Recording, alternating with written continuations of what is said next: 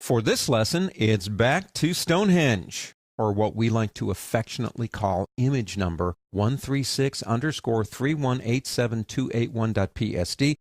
I don't really like the sky in this image. Don't know why, I just don't. I'm the designer. I can do whatever I want to. But I don't have an actual photograph of a good sky that I can replace it with, which would be ideal. Is there some way I can do this with a filter? Well, it does give me an excuse to show you another filter called Render and Render to Clouds. Plus, I want to show you just a different way to go about replacing that sky. Now, first off, I got to select the sky. So I'm going to pick up my Magic Wand tool right here. The Magic Wand tool functions with tolerance right up here. Now, that number can be any number from 0 to 255. The higher the number, the more range it will select in brightness. So we have some darker clouds over here, lighter up here. I'm going to crank that up to about 60. Doesn't work, we can always change it. Come over to about here and click. Bingo, got the entire top portion of the sky. I'm going to hold the Shift key to add. Shift click. Here, here, here, way down here, and one more spot right there. I think I got them all.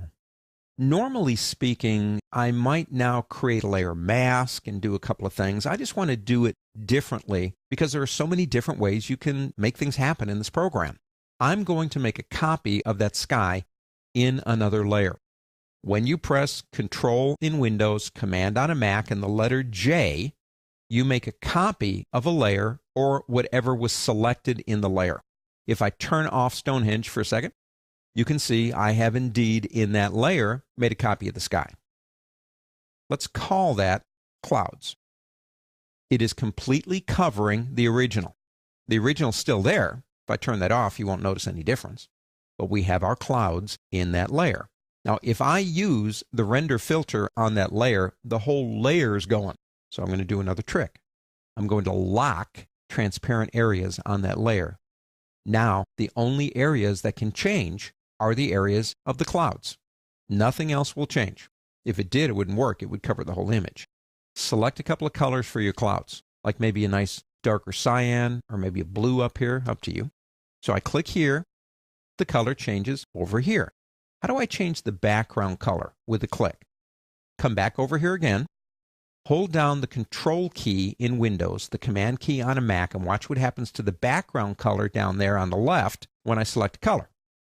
Changes down there. I don't want that color. How about just something like a lighter gray? Maybe something like that. Maybe a little bit lighter. Let's go to this one. We got the transparent areas locked. We got a foreground and background color for render to work with. Go up to the word filter on the pull-down menu and go down to Render, Clouds. Now, I'm not saying that you will like this. I'm not even suggesting that. However, if you want to change it, if you go back up to the word filter and go back down to render, it will do it again. Now, you can use the shortcut. You'll notice the first thing under filter is clouds, because that's the last thing we did. If I press Command on a Mac or Control in Windows and the letter F, I can play around with it a little bit, change it. Now, I'm not saying these clouds are the greatest clouds, but if you need them, it does work, and in some cases, it actually is not that bad. We could also still control the process here. We could come into the opacity of that layer, since it's directly on top of our other clouds, and maybe push it down just a little bit, and maybe bring in some of the other clouds.